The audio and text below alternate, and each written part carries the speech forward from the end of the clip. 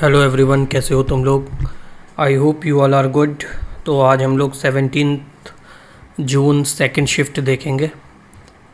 देखो, पहला ही मैंने लिखा है। अब ये अपने को मैं वो नहीं कर रहा हूँ तारीफ़ों के पुल, लेकिन मैंने जो बताया था कंप्यूटर की वीडियो में फुल फॉर्म वाली, उसमें से क्वेश्चन बन रहे हैं। तो कोई कच्चा नींबू नहीं है, अपन पका हुआ आम है। पहला क्वेश्चन देखो, महिला आईपीएल 2025 में मुंबई इंडियंस की कैप्टन कौन थी।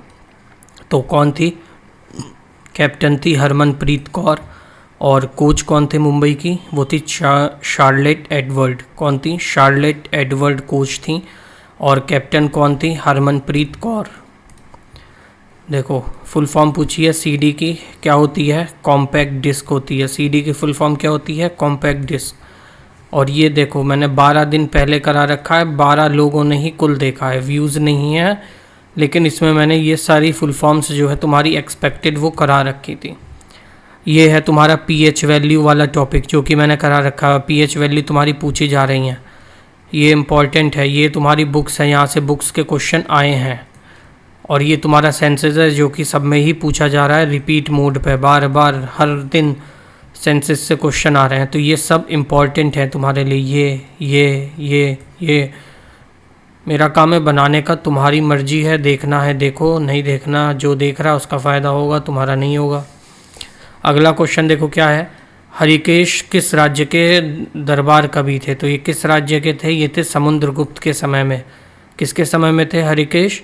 हरिशेष गुप्त जो है सम्राट समुद्रगुप्त के दरबार कवि थे। इलाहाबाद स्तंभ शिलालेख का प्रयाग प्रशस्ति में इनका नाम जाता है, जिससे मैं इन्हें 33 पंक्तियों में शामिल किया है। प्रयाग प्रशस्ति गुप्त वंश के राजनीतिक इतिहास के बारे में जानने का महत्वपूर्ण अभिलेख स्तोत्र है। समुद्रगुप्त कई कवियों और विद्वानों का संरक्षण था, जिसमें से एक जो है हरिशेष थे। सुबह की शिफ्ट में भी मौर्य काल से क्वेश्चन आए थे, अब दोबारा मौर्य काल से क्वेश्चन आए हैं। बोल रहा हूँ मौर्य काल इम्पॉर्टेंट हो रहा है। जैसे मौर्य काल अब इम्पॉर्टेंट है, वैसे ही गुप्ता पीरियड भी बहुत इम्पॉर्टेंट है। ये दोनों पीरियड तो मतलब तुम्हें याद ही रहने चाहिए, टिप्स पे, फिंगर टिप्स पे होने चाहिए। समुद्रगुप्त चंद्रगुप्त प्रथम का पुत्र और उत्तराधिकारी था, गुप्त वंश का सबसे बड़ा शासक था। उसने कुषाणों और अन्य छोटे राजाओं पर विजय प्राप्त की और गुप्त वंश का व्यापक विस्तार किया था। उन्हें वी ए स्मिथ ने भारत का नेपोलियन कहा था। देखो, वी ए स्मिथ जो था वो इकोनॉमिक्स का वो था, बुक लिखी थी इसने, भारत का नेपोलियन कहा था। ये अलग बात है कि ये जो समुद्रगुप्त थे ये बहुत पहले हुए थे और नेपोलियन बाद में हुआ था, लेकिन नेपोलियन को कहा जाना था कि वो समुद्रगुप्त जैसा है, लेकिन नहीं, अंग्रेज़ों की चाल, अंग्रेज़ों ने इनको उससे कंपेयर कर दिया, नेपोलियन से। इन्होंने उत्तर भारत के राजाओं को हराने के बाद प्रदेशों पर कब्जा किया, लेकिन दक्षिण भारत पर कब्जा नहीं किया। जावा, सुमित्री और मलयाद्वीप पर उनका अधिकार साबित करता है कि उन्होंने एक मजबूत नौसेना बनाए रखी थी। कहा जाता है कि उनको कई कविताओं की भी उन्होंने रचना करी थी। उन्होंने कुछ सिक्के भी चलाए थे जिस पर वो वीणा बजाते हुए दिखाए गए थे। उन्होंने अश्वमेघ बलिदान प्रदर्शन भी किया था। चीनी सूत्रों के अनुसार श्रीलंका के शासन मेघवर्मा ने उनके पास गया में बौद्ध मंदिर बनाने की अनुमति के लिए धर्म प्रचारक को भेजा था। इलाहाबाद स्तंभ में धर्म प्रचारक बंधु शीर्षक का उल्लेख है, अर्थात वह ब्राह्मण धर्म के रक्षक थे। ठीक। वर्तमान में भारत के लोकपाल अध्यक्ष कौन है? तो वो हैं अजय मणिक राव। कौन है? अजय मणिक राव जी हैं, जो कि वर्तमान में लोकपाल के अध्यक्ष हैं। और ये लगभग 2 वर्षों तक जो है पद रिक्त रहने के बाद नियुक्ति हुई है इनकी। अशोक और बिंदुसार के बीच का संबंध देखो, अभी वो गुप्ता पीरियड से आया और ये क्वेश्चन अब यहाँ पे तुम्हारा मौर्य काल से आ गया। वो गुप्ता पीरियड का क्वेश्चन आया, अब ये मौर्य काल का क्वेश्चन आ गया, इन दोनों के बीच का संबंध। तो बिंदुसार जो है अशोक का पिता था। राजा अशोक बिंदुसार के पुत्र थे, मौर्य वंश के से संबंधित है। बिंदुसार किसके बेटे थे? बिंदुसार जो थे चंद्रगुप्त मौर्य के बेटे थे, जिन्होंने मौर्य साम्राज्य की स्थापना करी थी। चंद्रगुप्त मौर्य के पुत्र थे। ठीक। अब देख लो अशोक के बारे में कुछ थोड़ा सा। 273 से लेकर 232 तक था। ये सबसे मौर्य को सबसे बड़े शासक थे। इन्होंने पहले तक्षशिला और उज्जैन के राजा थे। इनका शासन चरम दक्षिण की ओर छोड़कर पूरे उपमहाद्वीपों तक विस्तृत था। इन्होंने अफगानिस्तान, बलूचिस्तान, कश्मीर, नेपाल, इन सब जगहों पर जो है राज किया था। बौद्ध परंपरा के अनुसार माना जाता है कि अशोक ने 99 भाइयों की हत्या करी थी और सबसे छोटे भाई को जो है उसको छोड़ दिया था जिंदा। फिर अशोक ने 269 में औपचारिक रूप से स्वयं का राज्याभिषेक किया था। 269 में अपना राज्याभिषेक किया था। अशोक के अधीन मौर्य साम्राज्य अपने चरमोत्कर्ष पर पहुंच गया। पहली बार चरम दक्षिण को छोड़कर संपूर्ण उपमहाद्वीप राजनियंत्रण के अधीन था। उपगुप्त ने अशोक को बौद्ध धर्म की दीक्षा दी थी और बौद्ध वृक्ष के पौधों के साथ सम्राट अशोक ने अपने बेटे महेंद्र और बेटी संघमित्रा को बौद्ध धर्म के प्रचार के लिए श्रीलंका भेजा था। उन्होंने अपने शासनकाल के 11 वर्षों में बोध गया जाकर शासनकाल के 11वें वर्ष में बोध गया जाकर धम्म यात्रा का उद्घाटन किया और धम्म महामंत्रों को नियुक्त किया। अब तुम्हें ये बताना है कलिंग वॉर कब हुआ था। हमने कल ही पढ़ा था, कल के ही शिफ्ट में था ये, कि कलिंग वॉर कब हुआ था। और 2 क्वेश्चन आए थे, एक तो कलिंग वॉर से आया था और दूसरा आया था अशोक से रिलेटेड कि अशोक का हृदय परिवर्तन कब हुआ था। ये दोनों क्वेश्चन आए थे। आज उनके पिता और उनके बीच का रिश्ता पूछ लिया, देखो रिलेटेड है। फुल फॉर्म पूछिए CMOS की, तो होती है कॉम्प्लीमेंट्री मेटल ऑक्साइड सेमीकंडक्टर। क्या होती है? Complementary metal oxide semiconductor. Manipur की वीरांगना रानी गाइडिनल्यू को रानी की उपाधि किसने दी थी? तो ये उपाधि दी थी जवाहरलाल नेहरू ने, क्योंकि जब ये 13 साल की थी तो इन्होंने आंदोलन में शामिल हुई थी और 1932 में इनको गिरफ्तार कर लिया गया था 14 सालों के लिए। 14 साल जेल काटने के बाद 1946 में इन्हें रिहा किया गया और उनके साहस और लचीलेपन के कारण जवाहरलाल नेहरू ने उन्हें रानी की उपाधि दी थी। किसने दी थी? नेहरू जी ने दी थी। अगला आ जाता है कुमुदनी लाखिया को किस क्षेत्र में उनके उत्कृष्ट योगदान के लिए पद्म भूषण का सम्मान दिया है? पद्म विभूषण उन्हें कब मिला? 2025 में मिला है। कला के क्षेत्र में मिला है। ये भारत का दूसरा सबसे बड़ा नागरिक पुरस्कार है। 2010 में इनको पद्म भूषण मिल चुका है, तीसरा सबसे बड़ा नागरिक पुरस्कार। और पद्मश्री 1987 में मिला था, जो कि चौथा सबसे बड़ा नागरिक पुरस्कार है। तो तुम लोग सोच रहे होगे ये दूसरा, ये तीसरा, ये चौथा, तो पहला क्या है? पहला है भारत रत्न। संगीत नाटक अकेडमी अवार्ड 1962, जो कि कला के क्षेत्र का सबसे बड़ा अवार्ड है। जैसे ये स्पोर्ट्स के क्षेत्र का क्रिकेट वगैरह, athletics, high jump, long jump, javelin, इन सब में जो है अर्जुन अवार्ड सबसे ऊपर है। ऐसे ही कालिदास सम्मान 2022 में मध्य प्रदेश सरकार ने इनको पुरस्कृत किया 3 मतलब मार्च 22 में। प्रदूषण को कम करने के लिए ईवी वाहन 2.2 किस केंद्र शासित प्रदेश में लागू की गई? तो ये दिल्ली सरकार ने जो है ईवी का 2.2 पर काम कर रही है, जिसका उद्देश्य जो है प्रदूषण। 1 मिनट इसको इधर कर लें, थोड़ा आ गया फ्रेम में, हाँ आ गया। प्रदूषण उद्देश्य जो है प्रदूषण को कम करने के लिए इलेक्ट्रिक वाहनों को अपनाने का प्रोत्साहन दे रही है। लेकिन ये अलग बात है कि इलेक्ट्रिक स्टेशन इतने नहीं हैं। थीम क्या है नेशनल टूरिज्म डे 2025 की? तो ये मनाया जाता है 25 जनवरी को। इसकी थीम थी टूरिज्म फॉर इंक्लूसिव ग्रोथ। क्या है थीम इसकी? Tourism for inclusive growth.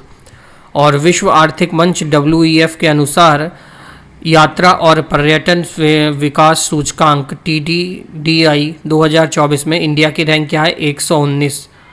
वो 119वें देशों में इंडिया की रैंक 39वें नंबर पे है। पिछली रैंकिंग 2021 में आई थी, उसमें इंडिया की रैंक 54वें नंबर पे थी। तो उछाल हुआ है रैंकिंग में भारत की। अनुच्छेद 49B किससे संबंधित है? तो ये जो है सरकारी समितियों से संबंधित है। किससे है? सहकारी समितियों से। ये क्या है? सहकारी समितियों का प्रचार से संबंधित है। राज्य सहकारी समिति के स्वैच्छिक गठन, स्वच्छ कामकाज, लोकतांत्रिक नियंत्रण और पेशेवर प्रबंधन को बढ़ावा देने का प्रयास करेगा। 43B 97वें संविधान संशोधन अधिनियम 2011 द्वारा ये सम्मिलित किया गया है। राज्य के नीति निर्देशक तत्व के अंदर आता है, क्योंकि कहाँ से कहाँ तक है हमारे DPSP जो है 36 से लेके आर्टिकल 51 तक है और ये आर्टिकल 43 है तो किसके अंदर आ जाएगा, डीपीएसपी के अंदर आ जाता है। ये 36 से 51 तक है। पार्ट 4 में आता है राज्य के नीति निर्देशक उद्देश्य, और राज्य के नीति निर्देशक उद्देश्य प्रकृति में गैर बाध्यकारी होते हैं, जिसका अर्थ है इसका उल्लंघन होने पर हम जो है कोई दंड नहीं दे सकते। ये जो है हमारी नैतिकता के लिए होते हैं कि हमारे अंदर कितने मॉरल हैं कि हम फॉलो करें इसे। ये सिद्धांत इस बारे पर जोर देते हैं कि लोगों को आश्रय, भोजन, कपड़ा जैसे बुनियादी सुविधा प्रदान करने का, कल्याण को बढ़ावा देने का प्रयास करें। अनुच्छेद 51 जो है संविधान के राज्य नीति निर्देशक सिद्धांत है 51 तक। फिर राजस्थान का कौन सा राष्ट्रीय उद्यान है, तो मैंने सभी लिख लिए, देख लो जो भी आएगा अगली बार। रणथंबोर है, फिर केवलादेव है, मुकुंदरा है, राष्ट्रीय मेरू स्थान है और सिरिस्का है। ये सब जो है राजस्थान के नेशनल पार्क्स हैं। नेशनल पार्क से क्वेश्चन बनते आ रहे हैं, बनते रहेंगे और बनते आएंगे, हमेशा से ही रहा है। थी, है और था, मतलब जो भी कहते हैं इसे। अगला क्वेश्चन है what is the use of MAC media access control address in a network. तो a media access control address is a unique identifier assigned to a network interference control for use of a network address communication in a network segment. तो किस लिए use होता है इसका, network address में communication करने के लिए नेटवर्क सेगमेंट में। नीति आयोग के अनुसार भारत की गरीबी दर का अनुपात 2014-15 में 2.5% से घटकर 2014-15 में कितना 2.5% हो गया। भारत की बहुमूल्य 2013-14 में 29.17 है, ये 29.17% से घटकर 11.28% हो गया है, जो कि 17.89% की कमी आई है। ये भी याद रखना, कभी कभी ये भी पूछ सकता है कि जब उसका दिमाग चटक जाएगा तो पूछेगा कितने की कमी आई है, तो कितने की आई है, 17.89 की। अगला आ रहा है पूछ रहा है urban department specially responsible for granting status for two cities and village. कौन है वो कौन सा डिपार्टमेंट है, वो राज्य सरकारें हैं जो कि ग्रांट करती हैं परमिशंस। अगला है मंदिरों में उस स्थान का क्या कहा जाता है जहाँ लोग एकत्रित होते हैं, तो उसे मंडप कहा जाता है। क्या कहा जाता है, मंडप। गोपुर दक्षिण भारतीय मंदिरों के प्रवेश द्वार पर बनी एक विशाल अलंकृत मीनार कहते हैं। दक्षिण भारत में क्या अलंकृत मीनार कहते हैं। दक्षिण भारत के मंदिरों में विमान गर्भगृह के ऊपर संरचना को कहा जाता है। एक पिरामिड नुमा टावर होता है जो मंदिर के मुख्य भाग यानी गर्भगृह को ढकता है, जहाँ भगवान की मूर्ति होती है या शिवलिंग होता है, जो भी। किसने 1904 में अभिनव भारत नामक क्रांतिकारियों के एक गुप्त संगठन का निर्माण किया था। इनकी मूवी भी आई थी अभी। तो कौन थे वो थे सावरकर जी। कौन, विनायक दामोदर सावरकर जी और उनके भाई गणेश दामोदर सावरकर जी ने 1904 में अभिनव भारत की शुरुआत करी थी। और वी डी सावरकर जी ने 2 बुकें भी लिखी थी, एक तो थी हिंदू और दूसरी बुक कौन सी थी तुम बताना, उनकी बुक भी इम्पॉर्टेंट है। इसकी स्थापना जो है नासिक में हुई थी। कहाँ पे, नासिक महाराष्ट्र में जो है मित्र मेरा के रूप में हुई थी। ये समाज क्रांतिकारियों और राजनीतिक कार्यकर्ताओं से जुड़ा था और इनकी शाखाएं भारत के विभिन्न हिस्सों और लंदन में भी थी। अगला है वॉर एक्सरसाइज हुई है टाइगर ट्रम्प, किसके बीच में हुई है, तो ट्रम्प से तो पता ही चल रहा है टाइगर ट्रम्प है, तो ये अभी कोइंसिडेंस है कि ट्रम्प वहाँ का ही है। तो ये इंडिया और यूएस के बीच में हुई है। तीनों मिलिट्रियों की एक्सरसाइज हुई है। 13 से 21 नवंबर 2019 से शुरू हुई थी। ऑब्जेक्टिव क्या है इसका, वो है कि डेवलप करना, is to develop the interoperability of for conducting HADR operations. ठीक, अब ये HADR ऑपरेशंस क्या होता है, तो ये होता है humanitarian assistance and disaster relief के लिए जो है टाइगर 24 चलाई गई है। और भी जो है यूएस और इंडिया की कुछ एक्सरसाइजेज हैं, जैसे कोप इंडिया हो गया, वज्र प्रहार हो गया, मालाबार हो गया, रेड फ्लैग हो गया, रिम्पैक हो गया। In which cave is the Kailash temple located, तो कैलाश टेम्पल कौन सी केव में है, तो ये एलोरा की 16वीं गुफा के अंदर कैलाश भगवान शिव का जो है टेम्पल बना हुआ है। कहाँ पे, एलोरा में। एलोरा की गुफाओं के अंदर ये जो है लार्जेस्ट रॉक कट हिंदू केव गुफाएं हैं। कहाँ पे, औरंगाबाद महाराष्ट्र में। इनको यूनेस्को वर्ल्ड हेरिटेज साइट में भी ऐड किया गया है। Evacuated from the basalt cliff, it has almost 100 caves in the Charanandri hills and it protect under the archaeological survey of India. Cave number 16 जो है इसे क्या कहा जाता है? कैलाश टेम्पल भी कहा जाता है। This is also known for Kailash temple made up of single rock craving. This temple was inspired by mount Kailash, मतलब जो कैलाश भगवान का पहाड़ है उससे इंस्पायर्ड होकर बनाया गया है इसको। And dedicated to lord Shiva. Carmel Berkson called its construction among rock cut a wonderful wonder of the world. ठीक, अगला क्वेश्चन आ जाता है, which state in India has a least impact on green revolution. तो ग्रीन रेवोल्यूशन पे सबसे कम impact किसका है? सबसे ज़्यादा है उत्तर प्रदेश, पंजाब और हरियाणा का। सबसे कम किसका है? उड़ीसा का। तो ग्रीन रेवोल्यूशन का जो सबसे ज़्यादा इम्पैक्ट है वो है पंजाब, हरियाणा, उत्तर प्रदेश का, और सबसे कम जो है वो है असम, बिहार, वेस्ट बंगाल और उड़ीसा का। Where is the princely state in 1881। तो प्रिंसली स्टेट कहाँ थे 1881 में? Princely states exist in 1881। Some examples include Kumharsain and Mysore, and the British directly governed some states between 1831 and 1881 such as the Rewa। ठीक, और many states continued exist till 1948 तक जो है ये एग्जिस्ट करते थे। अगला आता है कैसे ओपन करते हैं MS वर्ड में बुलेट को। To add a bullet list in an MS Word, position your cursor where you want to list it begin. फिर हमें क्या करना है? क्लिक करना है नेविगेट पे, then navigate to the home tab पे जाना है, फिर वहाँ पैराग्राफ ग्रुप पे शो वो क्लिक करना है। Arrow click the arrow next to the bullet button and select your preferred bullet style. Start typing to create the bullet list. मतलब समझ रहे हो, वो जो हम लिखते हैं ना, जैसे ये बुलेटिन एक अलग है, ऐसे ही एक मंगल होता है, एक कार्नवास होता है, अलग अलग बुलेटिन होते हैं, अलग अलग स्टाइल लिखने के इसके जो होते हैं टेक्स्ट के, उसी को कहते हैं bullet. Total percentage decline in global gender index 2025 में कितना हुआ है? इंडिया की रैंक क्या है? 131 है। कितनी है इंडिया की रैंक? 131 है out of 148 countries 19th addition में। और इंडिया का स्कोर क्या है? 64.1% स्कोर आया है, जो कि बहुत ही बेकार स्कोर है। फिर आता है सिलिफिलिस दवा किसके उपचार के लिए प्रयोग किया जाता है?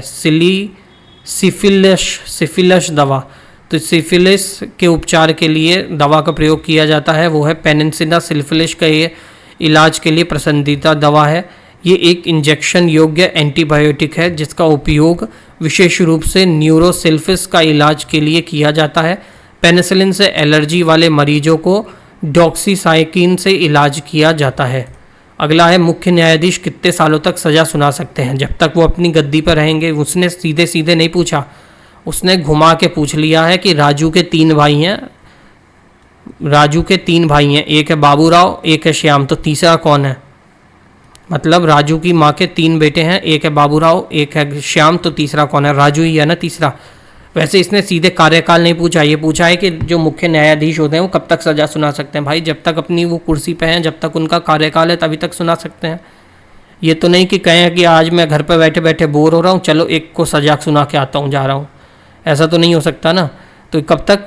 65 साल की उम्र तक या 6 साल, ये उनका कार्यकाल होता है। 65 साल की उम्र या 6 साल। ठीक, अगला आ जाता है question, on whose advice does the president take action. तो प्रेसिडेंट पीएम और पीएम की एडवाइस पे जो है वो काउंसिल ऑफ मिनिस्टर को अपॉइंट करते हैं और फिर उन्हीं के एडवाइस पे जो है ये डिसीजंस लेते हैं।